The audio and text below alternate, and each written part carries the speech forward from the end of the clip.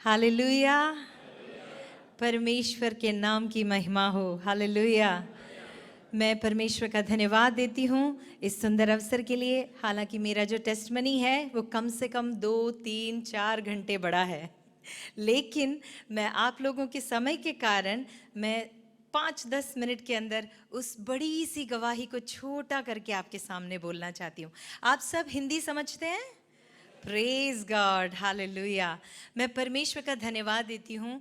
आप में से मैं नहीं जानती कितने लोग हैं जो हिंदू परिवार से आए हैं विश्वास में। मैं एक हिंदू परिवार से विश्वास में आई हूँ। मैं भारत में, इंडिया में जब रहती हूँ तो मेरे माँ बाप, मेरे जो क्या बोलते हैं, नाना नानी, सब लोग हिंदू परिवार में से थे। बचपन से लेकर मैं रामायण, महाभारत, ये तो सब आपने सुना होगा। हाँ, तो वो सब कुछ बचपन से लेकर उनसे सीखती हुई, पढ़ती हुई मैं आगे बढ़ती हुई आई। हर रोज़ मंदिर जाना, ये सारी चीज़ें मेरे जीवन में थी। लेकिन पता है क्या हुआ? एक चीज़ थी मेरे अंदर, एक खोज थी, सच्चाई क्या है। जब मैं इतने सारे कहानियों को पढ़ती थी जो हिंदू धर्म में बोला जाता था, उन सब के बीच में मुझे ऐसा लगता था कि मेरे भगवान मुझसे कहते हैं झूठ मत बोलो, चोरी मत करो, ऐसा मत करो, वैसा मत करो। लेकिन अगर वो खुद ऐसा करते हैं तो कोई उन्हें बुरा नहीं कहता, है ना? कृष्ण चोरी करता था लेकिन कोई बात नहीं, है ना? वो उसकी लीला होती थी, लेकिन मैं करूँ तो मुझे पिटाई मिलती थी, है ना? तो ये सारे सवाल मेरे अंदर हुआ करते थे। सच्चा जिंदा परमेश्वर कौन है? यही चीज़ मैं ढूंढती रहती थी। और उसके बाद क्या हुआ, एक समय में मेरे साथ ऐसा हुआ, मेरे नाना ने मुझे बताया कि ये जो सारी कहानियाँ हैं वो इसलिए लिखी हुई हैं किताबों में ताकि आप अपनी ज़िंदगी को अच्छा कर सकें। आप पाप नहीं करो, गलती ना करो, दूसरों को परेशान ना करो। फिर मैंने सोचा कि फिर मैं इनकी पूजा क्यों करूं अगर सिर्फ अच्छी जीवन के लिए बनाया गया है। अगर वो स्वर्ग में रहते हैं तो मैं स्वर्ग में क्यों नहीं रह सकती? मुझे क्यों नहीं लेके जाएंगे वो? मुझे ये सारी सवाल मेरे मन में हुआ करते थे। तो उस वक्त क्या हुआ कि एक दिन मैं 5वीं क्लास में, 5th स्टैंडर्ड में पढ़ती थी, तो उस वक्त मैं बिल्कुल निराश हो गई थी कि कोई मेरी प्रार्थना नहीं सुनता, कोई मुझे जवाब नहीं मिलता। मैं रोज़ मंदिर जाती हूँ, मैं रोज़ प्रार्थना करती हूँ, मैंने कभी ईश्वर को देखा क्यों नहीं अब तक? तब मैंने क्या किया, 3 बजे के करीब, बहुत खेल खेल के आने के बाद में मुझे बहुत भूख लगी। मैंने बैठकर ऊपर की तरफ देखा और पहली बार ईश्वर का नाम नहीं लिया, लेकिन मैंने कहा अगर कोई जिंदा परमेश्वर है, अगर कोई सच्चा परमेश्वर है तो मुझे कुछ खाने के लिए दे दे। 5वीं क्लास में पढ़ने वाली बच्ची ने ये प्रार्थना की और पता ही क्या हुआ, 2-3 मिनट के अंदर मेरे पास में जो केले का पेड़ था उसके ऊपर एक कौवा आके बैठा। कौन आके बैठा? कौवा आके बैठा। और उस कौवे की चोंच में येलो कलर की पूरी थी। पूरी खाते हो ना आप? हाँ, एक पूरी थी। और उस बच्ची ने कुछ नहीं सोचा ये गंदा है, अच्छा है, कुछ नहीं सोचा। उसने सोचा काश वो पूरी मुझे मिल जाए, अगर मैं उस कौवे के पीछे भागी तो वो तोड़ जाएगा। तो मैंने सोचा काश वो पूरी मुझे मिल जाए, और मैं वहीं बैठी रही। और पता है क्या हुआ? वो कौवा मेरे ऊपर से उड़ा और उस पूरी को मेरी गोद में डाल दिया। और उस पूरी को जब मैंने अपने हाथ में उठाया वो गरम था। कौवा कभी गरम खाना नहीं उठा सकता अपने मुंह में। मुझे नहीं पता कि किसने वो पूरी बनाई थी, किसने कौवे को दिया था, और मैंने उस पूरी को खा लिया। और उस वक्त पहली बार मुझे ऐसा लगा कि कोई ना कोई है जो मेरी प्रार्थना सुनता है। वो मेरा पहला प्रेयर था जो पूरा हुआ।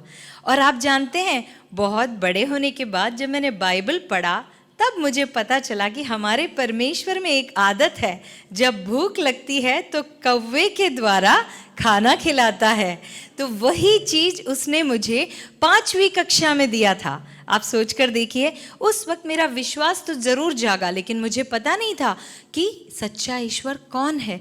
किसी ने मुझे यीशु मसीह के बारे में तब तक बताया नहीं था। फिर उसके बाद में मैं नर्सिंग पढ़ने के लिए राजस्थान में आई। जब मैं नर्सिंग पढ़ने गई तब तक मेरे अंदर भूख बढ़ चुकी थी कि मुझे जानना है कि वो सच्चा परमेश्वर कौन है। इस पूरे संसार को बनाने वाला कोई तो होगा। और उस वक्त क्या हुआ, मैं जब वहाँ गई, मैंने सोचा अब मुझे ईश्वर मिल नहीं रहा, तो मैं क्यों ना ईश्वर के पास चली जाऊं।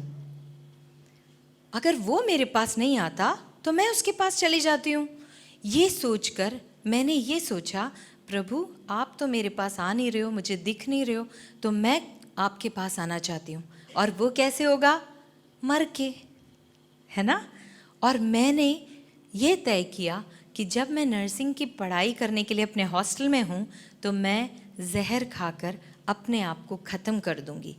और मैंने ये सोचा मरने के बाद तो ऊपर वाले से मिलना ही पड़ेगा, तब मुझे पता चल जाएगा ये कौन है और उसने मुझे क्यों बनाया है, क्यों इस संसार में ला के रखा है, और रखा है तो बताता क्यों नहीं कि मेरा उद्देश्य क्या है, पर्पस क्या है लाइफ का। ये जानने के लिए मैं अपने हाथ में पॉइज़न लेकर घूमने लगी। आपको पता है, जब मैं नर्सिंग कॉलेज में जब मेरा दाखला हुआ, 1 महीने के अंदर मैंने सोच लिया था कि मैं अपने आप को ख़त्म कर दूंगी। मेरे जो साथ में जितने भी बच्चे थे वो सारे अपने अपने घर चले गए ताकि वो अपना सामान लेकर आ सके, लेकिन मेरे मम्मी पापा तो सामान सारा लाके मुझे हॉस्टल में छोड़ दिया था। तो इसलिए मैं अकेली हो गई। तो मैंने सोचा कि 10 दिन की छुट्टी मिली है उन लोगों को, 90 दिन मैं अपना जहर खाऊंगी, 10वें दिन वो लोग आएंगे और मेरा बॉडी उनको मिलेगा। देखिए, मेरे अंदर ये प्यास थी उस सच्चाई को जानने की कि वो सच्चा परमेश्वर कौन है। मैंने अपना जहर लेकर संभाल कर रखा अपने रूम में। उसी रात को, 90 दिन के रात को, मेरी एक सीनियर सिस्टर ने मुझे आकर बोला, बेटा तुम अकेले क्यों बैठे हो, हमारे यहाँ नीचे प्रार्थना होती है, आप हमारे साथ चलो, सिर्फ गाने वाने सुन लो और प्रार्थना करके वापस आ जाना। मैंने कहा ठीक है, मरने से पहले थोड़े गाने सुन लेते हैं। फिर मैं नीचे उनके पास गई और वहाँ जाकर मैंने प्रार्थना सुनी और उन्होंने अपने वचन में ये बताया कि हम तो स्वर्ग के निवासी हैं, ये पृथ्वी तो हमारा रास्ता है। और मैंने सोचा मेरी जैसी लड़की, इतनी गुनाह पाप गलती सब हुई होगी उसके जीवन में, कैसे इतनी कॉन्फिडेंट है कि वो स्वर्ग जाएगी। फिर मैंने वो दीदी से जाकर पूछा कि दीदी आपको इतना विश्वास क्यों है कि आप स्वर्ग जाओगी, मेरा प्रभु तो मुझे नहीं ले जा सकता स्वर्ग क्योंकि मैंने पाप किया है। तब वो दीदी ने मुझसे कहा कि मेरे यीशु मसीह ने, यानी कि आपके यीशु मसीह ने उनके लिए एक रास्ता तैयार किया है कि जहाँ पर वो रहे वहाँ पर आप भी रहो। और जब मैंने ये सुना, जो सपने में भी स्वर्ग के बारे में नहीं सोच सकती थी, मैंने सुना तो मुझे बड़ा गुस्सा आया। मैंने कहा यीशु मसीह, आपके जैसा गंदा खुदा मैंने कभी नहीं देखा।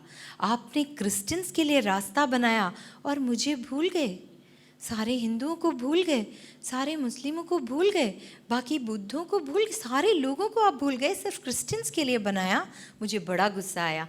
लेकिन वो दीदी ने मुझे कहा ऐसा नहीं है, उसने ये सारा रास्ता मनुष्य जाति के लिए बनाया, किसी और जाति के लिए नहीं, मनुष्य जाति के लिए बनाया।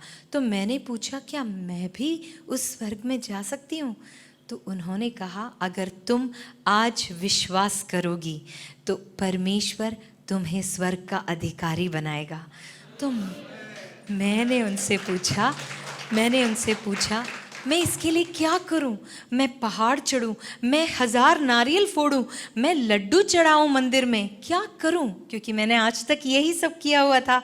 तो दीदी ने बोला नहीं बेटा, अपना दिल प्रभु को दे दे और परमेश्वर तेरे सारे पापों को अपने ऊपर लेकर क्रूस पर ऑलरेडी चढ़ चुका, इसीलिए जब तू विश्वास करे तो तेरा घराना उद्धार पाएगा।